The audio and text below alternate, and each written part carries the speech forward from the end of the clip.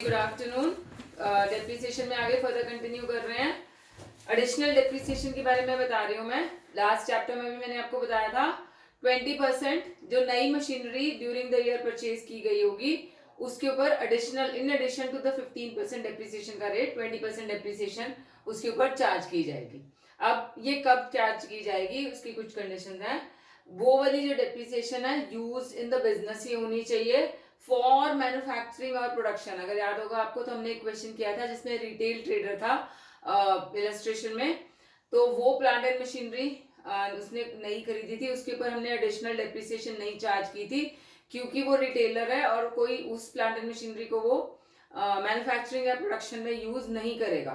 तो जो मशीनरी नई खरीदी गई है वो मैन्युफैक्चरिंग या प्रोडक्शन के लिए यूज की होनी चाहिए फॉर द बिजनेस, तो ही उसके ऊपर एडिशनल डेप्रिसिएशन चार्ज की जाएगी। देन इंस्टॉल्ड आफ्टर 1/4/2005, ये 2005 के बाद से मिलनी शुरू हुई है एडिशनल डेप्रिसिएशन।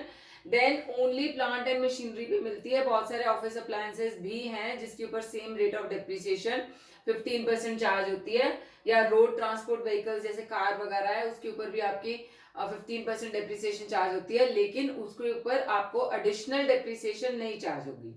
जैसे ऑफिस अप्लायंसेस में जैसे आपका टाइपराइटर है, जैसे आपका कैलकुलेटर है, इसके ऊपर भी 15% डेप्रिसिएशन चार्ज होती है, लेकिन नया खरीदने पे उस पर एडिशनल 20% नहीं मिलेगी। Same for cars also. Then ये आपको पहले से ही पता है हाफ ईयर डेप्रिसिएशन चार्ज होती है अगर लेस देन 180 डेज के लिए यूज किया। सपोज उसने नई प्लांट एंड मशीनरी खरीदी नवंबर में है या दिसंबर में है, लेस देन 180 डेज के लिए यूज होगी तो ही तो मतलब आधे साल की डेप्रिसिएशन चार्ज होगी। और एक चीज और है, अगर प्लांट एंड मशीनरी खरीदी है एक पर्टिकुलर ईयर में और वो उस साल में यूज ही नहीं हुई है तो उसके ऊपर कोई डेप्रिसिएशन उस साल में चार्ज नहीं होगी। ओनली पुट टू यूज होनी चाहिए वो, तभी उसके ऊपर चार्ज होगी। देन ऑब्वियसली इसमें शिप्स एंड एयरक्राफ्ट भी मैंने बता दिया था। Other than plant and machinery कुछ भी काउंट नहीं होगा एडिशनल डेप्रिसिएशन चार्ज करने के लिए। Then additional depreciation in the backward area, ज्यादा रिलेवेंट नहीं है ये वाला पॉइंट। आंध्र प्रदेश, तेलंगाना, बिहार, वेस्ट बंगाल में अगर ये बैकवर्ड स्टेट्स माने जाते हैं, इसके अंदर अगर आपका प्लांट एंड मशीनरी नहीं खरीदी है तो वही डेप्रिसिएशन है 15 + 20% 35% है, और आधे साल के लिए 7.5% डेप्रिसिएशन होगी इसमें। देन अगर कोई एसेट पिछले साल में खरीदा है, मैंने बताया था अगर पिछले साल में अगर एक साल में खरीदा हो पुट टू यूज ना हो उसके ऊपर कोई डेप्रिसिएशन नहीं होगी। नेक्स्ट ईयर में पुट टू यूज जो है वो 180 डेज के बाद यूज करना शुरू किया। सपोज उसने खरीदी है कोई प्लांट एंड मशीनरी फरवरी में, तो जिस साल में खरीदी है अप टू मार्च उसके ऊपर कोई डेप्रिसिएशन नहीं है। अप्रैल के बाद भी वो वाली डेप्रिसिएशन फरवरी में खरीदी हुई जाके नेक्स्ट अक्टूबर में यूज होनी शुरू हुई है, तो हमने नेक्स्ट ईयर में डेप्रिसिएशन पूरे साल की चार्ज करनी है even if it is used for less than 180 days, क्योंकि वो प्लांट एंड मशीनरी उससे पिछले साल में खरीदी गई है। अगर करंट ईयर में ही खरीदी गई है और अक्टूबर में यूज हो रही है तो लेस देन 180 डेज है, आधे साल की लगेगी। लेकिन अगर पिछले साल में खरीदी हुई है और इस साल में पुट टू यूज जो है अगेन मोर देन मतलब अक्टूबर ऑनवर्ड्स पुट टू यूज करी गई है तो लेस देन 180 डेज वर्क हो गया, लेकिन डेप्रिसिएशन हमने पूरे साल की चार्ज करनी है। ये छोटा सा पॉइंट है, कई बार क्वेश्चंस में आ जाता है उसमें। देन अगर किसी ने कोई बिल्डिंग लीज पे ली हुई है और उस बिल्डिंग के ऊपर कोई कैपिटल खर्चा किया है, उसने कुछ भी कुछ एक्सटेंशन करी है, कुछ डोर्स विंडोज ऐड करे हैं, कुछ भी, तो उसके ऊपर डेप्रिसिएशन अलाउड है। और अगर उस वाली जो उसने कैपिटल एक्सपेंडिचर किया है उसको या तो वो सेल करता है या वो डिमोलिश हो जाता है, डिस्कार्ड हो जाता है, डिस्ट्रॉय हो जाता है किसी की वजह से, तो उस केस में डेप्रिसिएशन उसके ऊपर कैसे चार्ज होगी? जो भी रिटन डाउन वैल्यू थी उस पर्टिकुलर एक्सटेंशन की माइनस द वैल्यू जो रियलाइज्ड है, अगर उसको बेचने पे कुछ पैसा मिला है तो that will be considered as the depreciation in this case.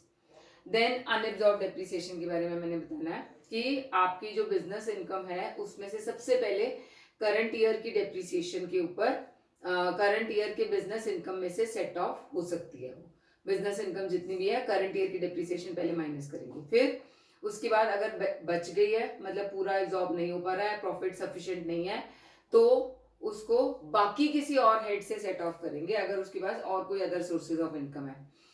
जैसे सपोज एक पर्सन के पास बिजनेस इनकम भी है और उसके पास अदर सोर्सेज से इनकम भी है, कुछ उसके एफडीज वगैरह या लॉटरी वगैरह से उसको पैसा मिले, तो अगर डेप्रिसिएशन बिजनेस इनकम से पूरी सेट ऑफ नहीं हो रही है तो वो अदर सोर्सेज से सेट ऑफ हो सकती है। अब ये किसी भी हेड से सेट ऑफ हो सकती है, other sources, house property, capital gains, other than salaries. Salaries income में से आपकी ना बिजनेस लॉस सेट ऑफ हो सकते हैं ना डेप्रिसिएशन सेट ऑफ हो सकती है। तो other than salaries, except salaries आपकी जो है डेप्रिसिएशन सेट ऑफ कर सकते हो करंट ईयर में किसी भी हेड से। फिर अगर ये सेट ऑफ करके भी डेप्रिसिएशन बच जाती है, सफिशिएंट इनकम नहीं है, तो उसको अगले साल के लिए हम कैरी फॉरवर्ड कर देते हैं and it can be carry forward till an number of years, कोई लिमिट नहीं है उसके अंदर। और अगले साल में भी सबसे पहले बिजनेस इनकम में से करंट ईयर की डेप्रिसिएशन होगी, कोई करंट ईयर का लॉस होगा वो माइनस करेंगे, फिर अनएब्जॉर्ब डेप्रिसिएशन के लिए अगर बच जाता है प्रॉफिट फिर करेंगे, और बच गया अगर तो फिर भी किसी और हेड से भी अगले साल में भी किसी और हेड से भी सेट ऑफ हो सकता है। तो ये अनएब्जॉर्ब डेप्रिसिएशन का इंपॉर्टेंट पॉइंट है। अब मैं इससे रिलेटेड आपके 2-3 क्वेश्चंस करा देती हूँ।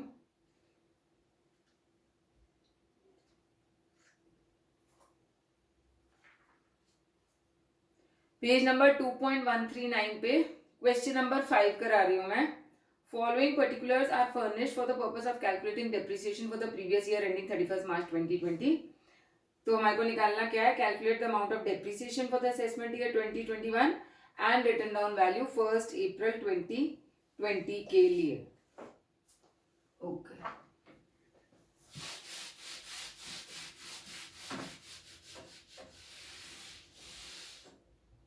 यहीं पे करा देती हूँ।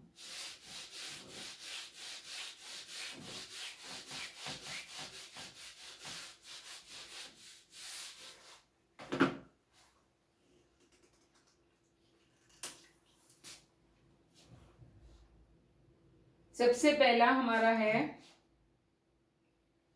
नॉन रेजिडेंशियल बिल्डिंग 10% वाला ब्लॉक, उसको लेते हैं।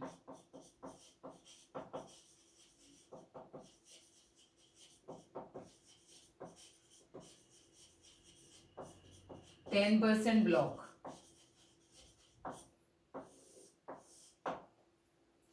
इसमें हमारे को रिटन डाउन वैल्यू दी हुई है ऑन 1/4/2019, रिटन डाउन वैल्यू है 25,000 की, और एडिशंस हुई हैं इसमें 1 सितंबर को, प्लस एडिशंस 10,000, 35,000 हो गया ये। और कोई सेल हुआ है? कोई सेल नहीं दिया हुआ है। माइनस डेप्रिसिएशन चार्ज करेंगे एट द रेट ऑफ 10%, 3,500। उन्होंने अलग से डेप्रिसिएशन भी पूछा हुआ है, तो एक डेप्रिसिएशन का कॉलम बना लो यहाँ पे, उस पर डेप्रिसिएशन सारी लिखते रहो, तो ऐड कर लेना एंड में। 31500 इसकी रिटर्न डाउन वैल्यू हो जाएगी ऑन 1/4/2020। ये नॉन रेजिडेंशियल बिल्डिंग का हो गया। Next is plant and machinery का ब्लॉक जो है 15% ब्लॉक बनेगी। इसमें भी रिटर्न डाउन वैल्यू ऑन 1/4/2019 हमारे को दिया हुआ है 50,000 का, प्लस एडिशंस 12,000, 62,000 हो गया। एडिशन कब हुई है? सितंबर में ही हुई है ये भी। तो minus depreciation at the rate of 15%, 62,000 पे 15% हो जाएगी 9,300, and additional depreciation at the rate of 20%, वो सिर्फ 12,000 पे लगेगी जो इस साल में परचेज हुई है। 2400 ये हो गया. Total depreciation is 11700.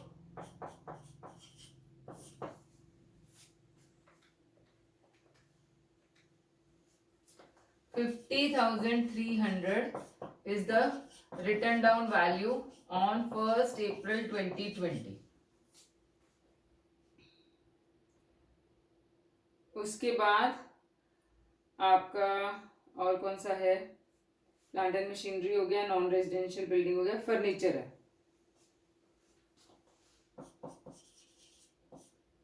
10% ब्लॉक में.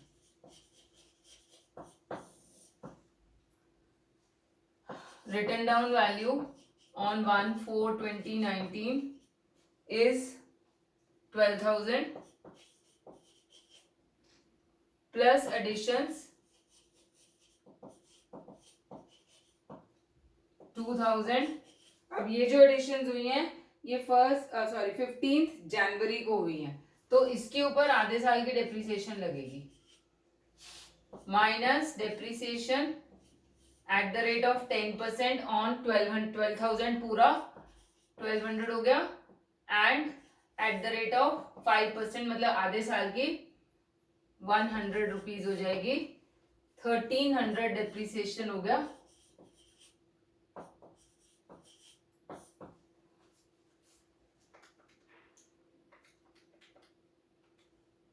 $12700. This is the written down value on 1st April 2020. और टोटल डेप्रिसिएशन पूरे साल की कितनी हो जाएगी?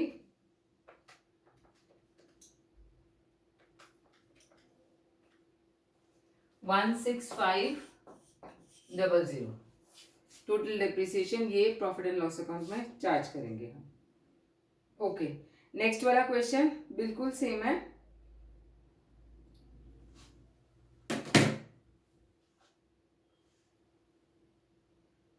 इसके अंदर मोटर कार के ऊपर 15% है, वो आपने अलग से लगाना है. ओके, इसको कर लेते हैं क्विकली.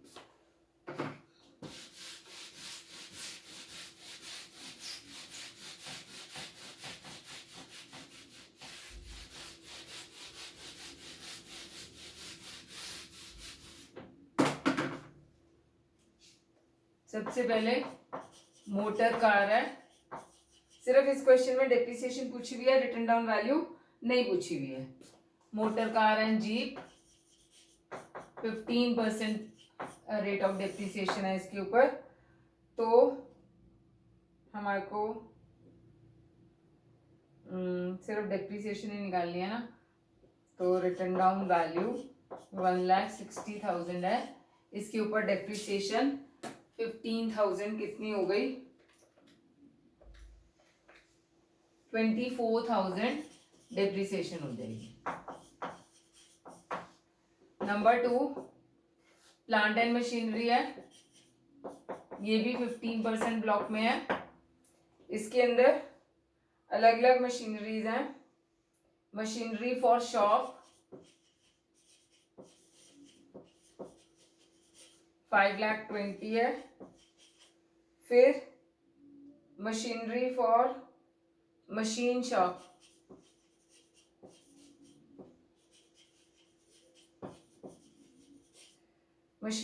के लिए है 96,000. देन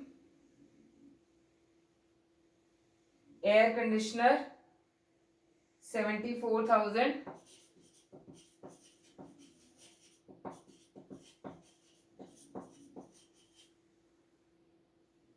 फिर एयर कंडीशनर अलग अलग के लिए फॉर फैक्ट्री 74,000 है. फॉर ऑफिस 40,000 है. And for guest house 18,000.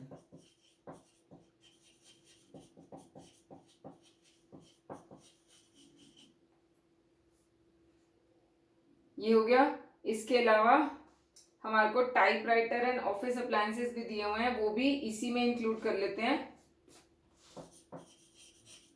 Typewriter 6,000। इन सब का टोटल लगाते हैं।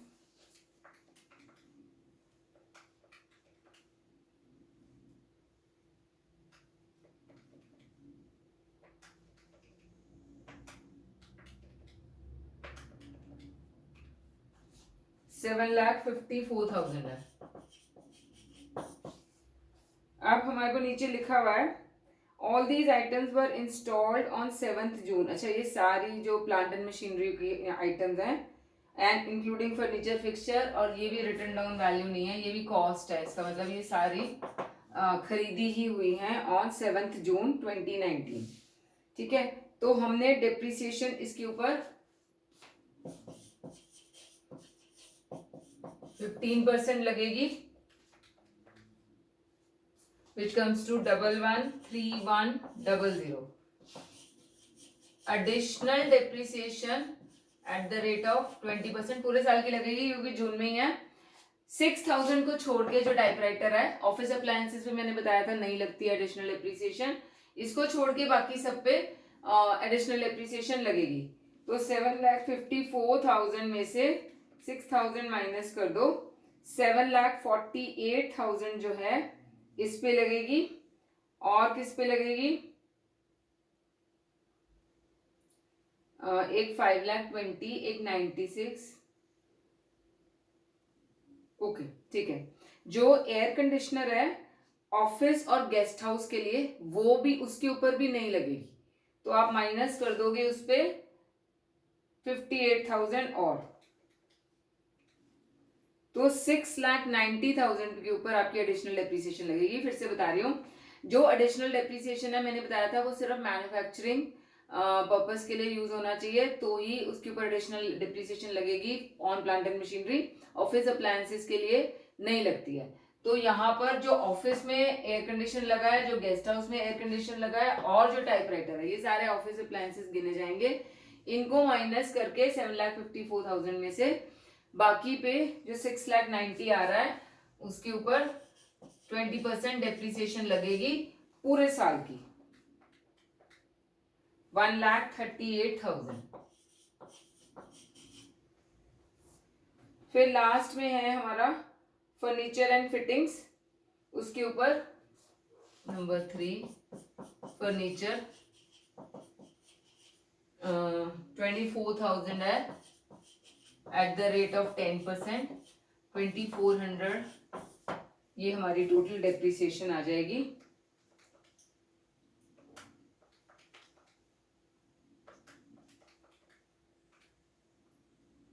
Yes, 277,500। This is your depreciation.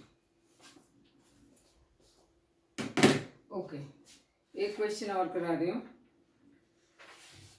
Question number 7.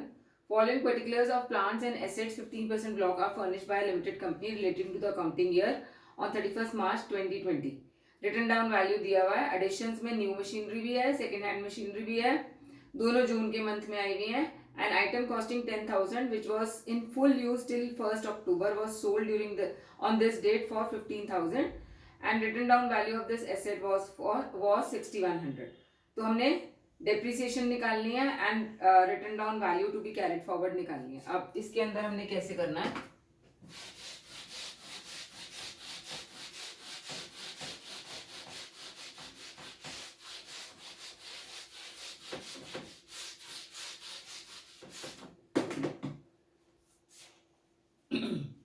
सबसे पहले हमें written down value on 1st April 2019 दिया हुआ है, it is 7,50,000 rupees, plus additions करते हैं। एडिशंस में न्यू मशीनरी है 1,20,000 की, और सेकेंड हैंड मशीनरी है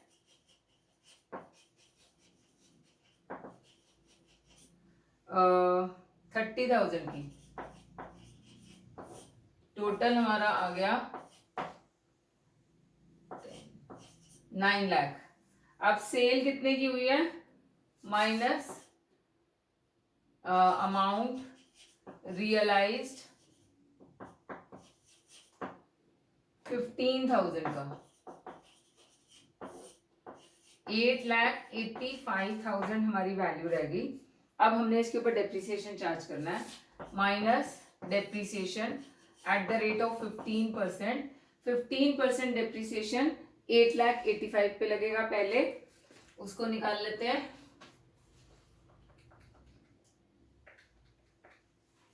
132,750 और additional depreciation at the rate of 20%। ये जो एडिशनल डेप्रिसिएशन है ये सिर्फ नई मशीन पे लगेगा। सेकेंड हैंड मशीन अगर आपने कोई खरीदी है उसके ऊपर एडिशनल डेप्रिसिएशन नहीं अलाउड है। तो आपने सिर्फ 1,20,000 पे पूरे साल की डेप्रिसिएशन, क्योंकि जून में परचेज हुई है, अज्यूम करेंगे तभी पुट टू यूज हो गई। जब क्वेश्चन में कुछ ना मेंशन हो तो हम अज्यूम करेंगे तभी से पुट टू यूज है। तो 24,000 रुपीज ये लगेगी additional depreciation only on the new machine. तो 156,750 डेप्रिसिएशन आ गई और रिटन डाउन वैल्यू हो जाएगी 728,750। ये रिटन डाउन वैल्यू है ऑन 1 अप्रैल 2020। तो आज इतना ही करा रही हूं मैं। क्वेश्चन नंबर जो फर्स्ट वाला था, थर्ड है कि कौन सा, क्वेश्चन नंबर 4 जो है वो आपका होमवर्क है। उसमें भी आपने एडिशंस ऐड करके सेल प्राइस माइनस कर देनी है। जब आपको सेल प्राइस दी हुई है आपने उसके अंदर ना कॉस्ट देखनी है ना रिटन डाउन वैल्यू देखनी है। जितना पैसा रिसीव हुआ है उसको सेल करके वो ही अमाउंट आपने माइनस करनी है, बस बाकी दोनों चीजों को इग्नोर करना है। तो क्वेश्चन नंबर 4 आपका होमवर्क है, छोटा सा क्वेश्चन है, and then we'll continue in the next class. बस 1 या 2 क्लासेस में ये चैप्टर खत्म कर देंगे, ठीक है। So we'll continue in the next class.